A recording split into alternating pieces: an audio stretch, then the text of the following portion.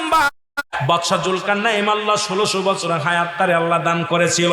আল্লাহ তারে একটা মজেদার ঘোড়া দান করেছিল, যে ঘোড়াটা দিয়া সারা পৃথিবীর মধ্যে 2 বার ভ্রমণ করেছে গো। লম্বা ছিল 48 হাত লম্বা। এই বাদশা জুলকারনাইন এই প্রাচীলটা সুন্দর করে তামা 10টা লোহা দিয়া বিশাল একটা প্রাচীল করেছে। এর মধ্যে ওই ইয়াজিদ মজুদকে বন্দী করে রাখছে।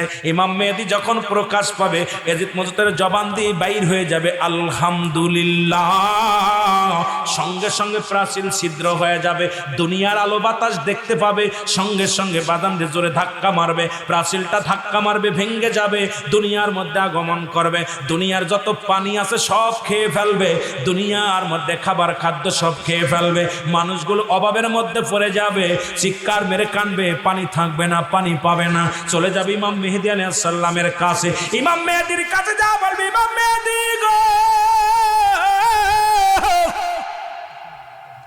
আমাদের একটু দোয়া করো, আমাদের জন্য একটু দোয়া করো। ইমাম মেহেদী আলাইহিস সালাম হাত উঠায় দোয়া করবে, সঙ্গে সঙ্গে আমার আল্লাহ একটা বিছা জাতীয় প্রাণী পাঠাবে।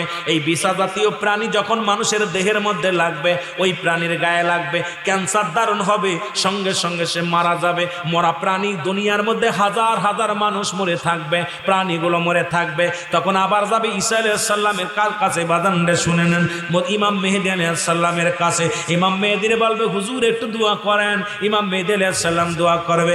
এমন সময় আল্লাহ পাক একটা প্রাণী পাঠাবে, কাক জাতীয় প্রাণী। এই কাক জাতীয় প্রাণী যখন পাঠাবে, সমস্ত মানুষ ওই গোস্তগুলো, ওই ইয়াজিদ মজুদের গোস্তগুলো খেয়ে ফেলবে, হাড্ডিগুলো জমিনের মধ্যে পড়ে থাকবে, দুর্গন্ধে মানুষ টিকতে পারবে না। যেমন 71-এর সময় তারা দেখেছেন গো, স্বাধীনতার যুদ্ধে কত মানুষের লাশ ভেসে ভেসে রাস্তা দিয়া পানি দিয়া ভেসেছে, বনে জঙ্গলের মধ্যে পড়ে থাকছে। ও মুসলমান শুনে নাও, এই রকম কি হবে শুনেছি মুসলমান, আর শুনে নাও, ভালো করে শুনে নাও, মানুষ দুর্গন্ধে টিকতে পারবে না। ইমাম মেহেদীর কাছে আবার দৌড়াইয়া যাবে, ইমাম মেহেদীকে একটু দোয়া করেন। ইমাম মেহেদী আলাইহিস সালাম হাত উঠাবে, বিশাল একটা বৃষ্টি হবে, সন্ধ্যা থেকে শুরু হবে, পরের দিন সন্ধ্যা পর্যন্ত 24 ঘন্টা বৃষ্টি হবে। দুনিয়ার নদী নালা সব ভরে যাবে। এই দুনিয়ার পদ্মা, মেঘনা, যমুনা যত নদী আছে সব নদীগুলো ভেসে যাবে, এই পানিগুলো, হাড্ডিগুলো ভেসে যায় ওখানে চলে যাবে। এরপরে দুনিয়ার মধ্যে ফসল ফলাবে, মানুষগুলো সুন্দরভাবে জীবন যাপন করবে। এই মানুষের ভিতরে রিয়া থাকবে না, অহংকার থাকবে না। একজন ব্যক্তি কবরে ওয়াজ শোনা পর ভয় লাগছে অন্তরের ভিতরে, কবরে আযাব হবে, কবরে সাপ আসবে, কবরে আগুন দিবে, কবরের ভিতরে কঠিন আযাব হবে। এই কথা শুনিয়া বাড়ি এসে বলে, আমার ছেলেরা রে, আমি মারা গেলে আমার কবরে ভীষণ কষ্ট হবে, আমি পাপিষ্ঠ বান্দা, ওই কবরে আমি কেমনে থাকবো? আমি তোমারে বলে যাই, আমি যেদিন মারা যাব, মারা গেলে আগুন দিয়ে আমারে পুড়াইয়া দিবা, আগুন দিয়ে পুড়াইয়া আমার ছাইগুলো এক জায়গা ফেলবা না, যতটুক ছাই হবে এই ছাইগুলো অর্ধেকটা ছাই ফেলবা সাগরের মধ্যে, অর্ধেকটা ছাই ফেলবা পৃথিবীর জঙ্গলের মধ্যে। ছেলেরা যখন বাবা মারা গেলেন, ছেলেরা সবাই মিলে বাবারে পুড়াইয়া দিলেন, পুড়াইয়া ছাইগুলো সাগরের মধ্যে নিয়ে অর্ধেক ফেললেন, অর্ধেক ছাইগুলো দুনিয়ার জঙ্গলের মধ্যে ফেললেন। ফেলা পর আমার আল্লাহ কয়, জিবরিল দৌড়াইয়া যা, সাগরের ছাইগুলো তুলে নিয়ে আয়। জিবরিল আমিন দৌড়াইয়া গেছে, যা সাগরের ছাইগুলো তুলে আনছে। জিবরিল দৌড়াইয়া যা, ওই না কোথায় কোথায় জঙ্গলের মধ্যে যে ছাইগুলো ফেলা হলো, এই ছাইগুলো নিয়ে আসো।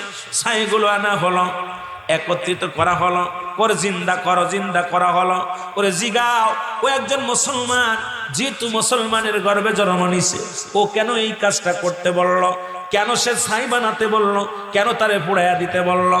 তখন ও জিগায়, ও আল্লাহর ফেরেশতা শোনো, দুনিয়ার মধ্যে আলেম ওলামার কাছ থেকে কবরে আযাবের ওয়াজ শুনেছি, ওই কবরে গেলে বড্ড ভয় লাগে রে,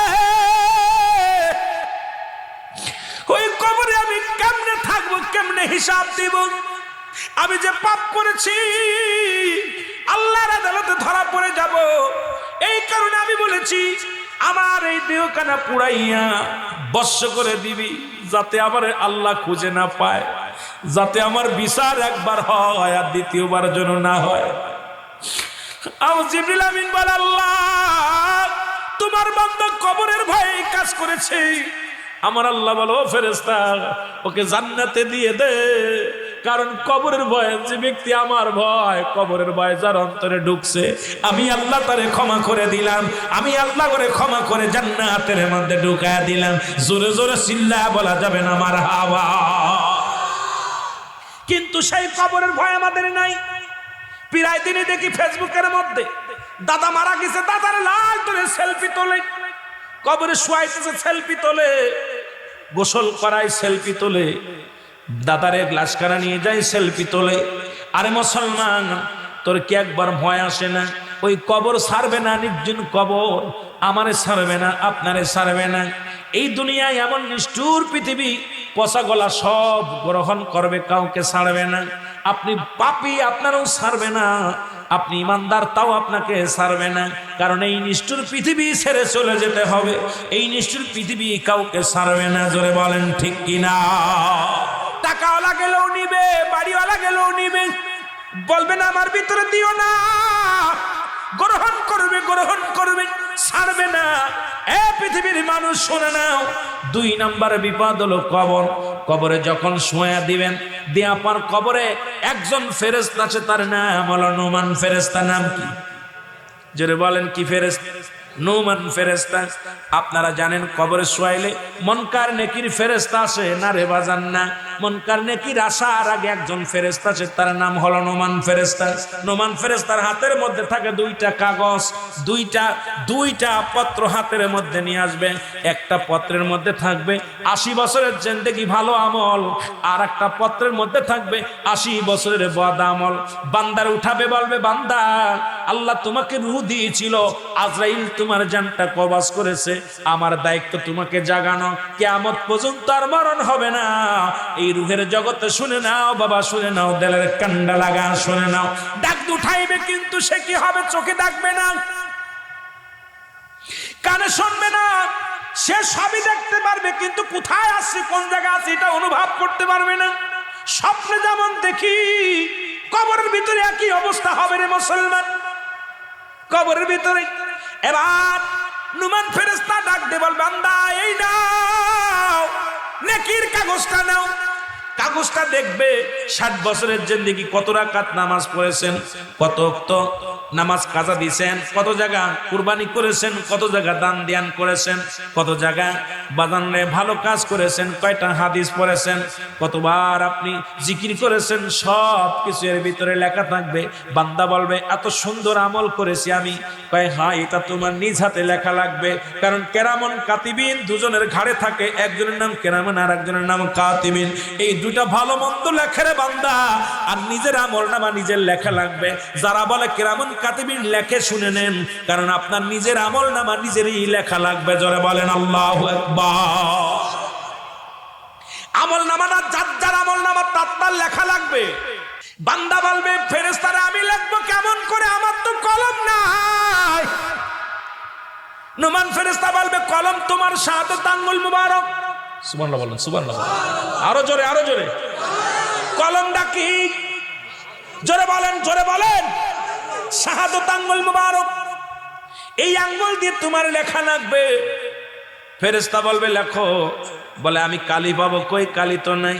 বলে কালি হলো মুখের থুতু মুবারক। তাহলে এই থুতু মুবারক পবিত্র রাখতে হবে। এই মুখ দিয়ে গাঁজা মদ হারাম খাওয়া যাবে না। এই মুখটা পবিত্র রাখতে হবে, মুখ দিয়ে কাউকে গালি দেওয়া যাবে না।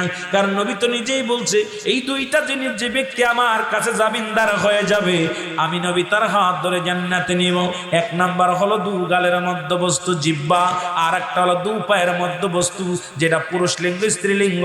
এই 2টা জিনিস যে ব্যক্তি আমার কাছে জামিনদার হবে, একমাত্র স্বামী স্ত্রী ব্যতীত অন্য কারোর কাছে যাবে না। যুবক ভাইরা শুনে নে, শুনে নে, বেলের কান্না শুনে লো, কান্ডা দিয়ে শুনেল। নবী বলছে আমি নবী হাত ধরে জান্নাতে নিব। যে ব্যক্তি, যে যুবক যুবতী 2 পায়ের মধ্যে বস্তু কন্ট্রোল করতে পারবে, সেটা পুরুষ লিঙ্গ স্ত্রীলিঙ্গ, এই 2টি স্বামী স্ত্রী ব্যতীত তার কোথাও প্রচার করবে না, কোথাও কোনো অন্যায় করবে না, জিনা করবে না, ব্যভিচার করবে না। আল্লাহর নবী কয় ওই যুবকদের আমি হাত ধরে জান্নাতে নিয়ে যাব। জোরে বলেন মারহাবা। এখন নবীর সাথে যদি জান্নাতে যেতে যায় তাহলে কি গার্লফ্রেন্ড নিয়ে কোথাও যাওয়া যাবে? কোথাও ভাই বিদেশে বাবির সাথে কি আকাম করা যাবে? কথা কন। আমার দেশে এখন খালি প্রক্রিয়া, প্রতিটা বাড়ির মধ্যে ঘরের মধ্যে স্বামীর হক নষ্ট করো। ও আমার মা বোনেরা শুনে নাও, এই সমস্ত মায়েদের লজ্জাস্থান দিয়ে আগুনের ফুলকে ঢোকানো হবে। আর যে সমস্ত বাবারা বেগানা মহিলার কাছে যান, কিয়ামতের ময়দানে লক্ষ লক্ষ নয় কোটি কোটি মানুষের সামনে এই লজ্জাস্থান দিয়ে আগুনের ফুলকে ঢোকান বাইর হবে, তখন তারা চিৎকার মেরে কানবে। চিৎকার শুনে দৌড়ায় আসবে মানুষগুলো, বলবিরা কেন কান্দে? কয়রা দুনিয়ার মধ্যে ব্যভিচার করেছে, অন্যায় করেছে, স্বামীর হক নষ্ট করেছে, বেগানা মহিলার সঙ্গে তারা কি করেছে? জিনা ব্যভিচার করেছে। বেগানা পুরুষের সঙ্গে তারা জিনা ব্যভিচার করেছে। কারণ নবীজি নিজে বলছে, আমি যুবকদের বলে যাই, তোদের পায়ে ধরে বলে যায়, হাতে ধরে বলে যায়, এই দুইটা জিনিস কন্ট্রোল কর, মায়ার নবী তোরে হাত ধরে জান্নাতে নিবে। জোরে বলেন মারহাবা। আর একটু জোরে জোরে চিল্লায় বলা যাবে না আল্লাহু আকবার। যদি কোনো মেয়ে জিনার জন্য আলিঙ্গন করে, না না, ওদিকে যা যাবে না। জীবন বাদান মুসলমান শুনে নেন, এদিকে শত